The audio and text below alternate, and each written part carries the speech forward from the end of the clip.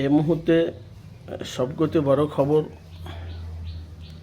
যেহেতু আপনারা জানেন যে পশ্চিমবাংলায় বিধায়ক যারা যারা ছিল তৃণমূলের, অনেককে মারধর করে গলায় দড়ি বেঁধে ডিম মেরে বেইজ্জতি করে তাদেরকে জেলে ভরা হচ্ছে। এটা হলো বিজেপির সরকারের কাজ।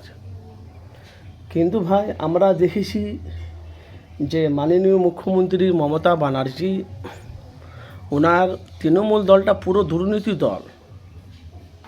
প্রত্যেকটা এমএলএর বাড়ি আপনারা সার্চ করে দেখবেন, যারা পার্টি অফিসে পঞ্চায়েতে যারা কাজ করে তাদের বাড়িঘরগুলো দেখবেন, বিশাল ব্যাপার। তাদের কাজকে বিজেপি সরকার যে বাংলাতে শুভেন্দুর অধিকারী মুখ্যমন্ত্রী হয়েছে, এগুলো সব দুর্নীতিগুলোকে মুক্ত করছে আর সবকে একে একে ধরে ধরে জেলে লকআপে ভরছে। তো ভাইজান, আমরা দেখেছি যে নওশাদ সিদ্দিকী আগে 2021 থেকে 2025 পর্যন্ত যেভাবে মানুষের পাশে থেকে যেভাবে কাজ করছে, সেই নিয়ে সারা পশ্চিম বাংলায় আমরা দেখতে পাচ্ছি বাংলার মানুষ সবাই কিন্তু নওশাদকে চাইছে, এখনও চাইছে। কিন্তু ভাঙড়ে এবারকার শওকত মোল্লার লড়াইটা ছিল।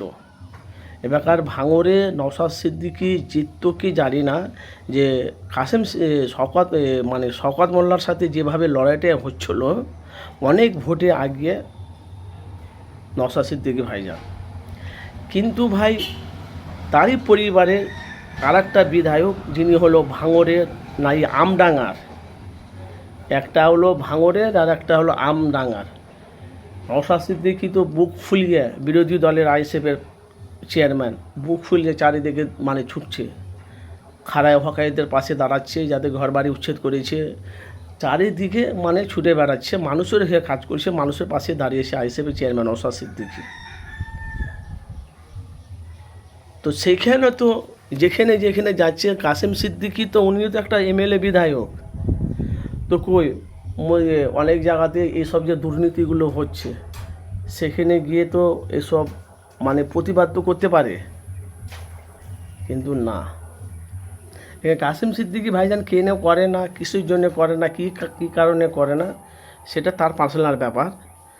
কিন্তু এখন যা দেখতে পাচ্ছি, প্রত্যেকটা তৃণমূলের কর্মীদের, যারা বাংলাতে যারা দুর্নীতি করেছে, যারা গরিব অসহায় মানুষের যারা পয়সায় মেরে কাটমানি করে যারা টাকা যারা লুট করেছে, তাদের কাছকে একে একে জেলে ভরছে। কিনা 2011 থেকে নওশাদ সিদ্দিকী প্রতিবাদী কণ্ঠ, আপনারা জানেন যে মানুষের হয়ে কোনো কথা বলে।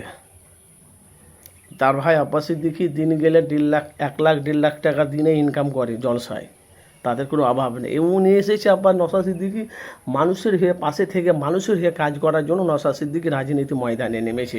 এবার আপনাদের কাছে একটা প্রশ্ন, ইব্রাহিম সিদ্দিকী আপনারা জানেন ঘোরাঘুরিতে উনি একে সাপোর্ট করে, বামফ্রন্ট সিপিএম আগে ছিল, এখনও করে, কিন্তু নওশাদ সিদ্দিকী কাজকর্ম দেখে নওশাদ সিদ্দিকীকে উনি সমর্থন করে। কেনা নওশাদ গরিবের হয়ে কথা বলছে, ন্যায়ের কথা বলছে, সত্য কথা বলছে। আর আচ্ছা, ওনারই তো ভাইপো কাসেম সিদ্দিকী। তাহলে কাসেম সিদ্দিকীকে আর নওশাদ সিদ্দিকীকে আপনারা এবারকার এক পাল্লায় আপনারা মাপেন, আসমান আর জমিন তরি তফাৎ। নওশাদ সিদ্দিকীর সাথে আর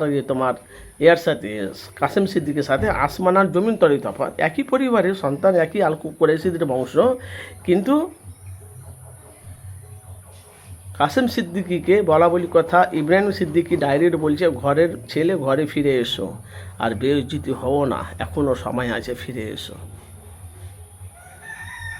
আমি কি বলছি ভাই, কথাগুলো বুঝতে পারছি?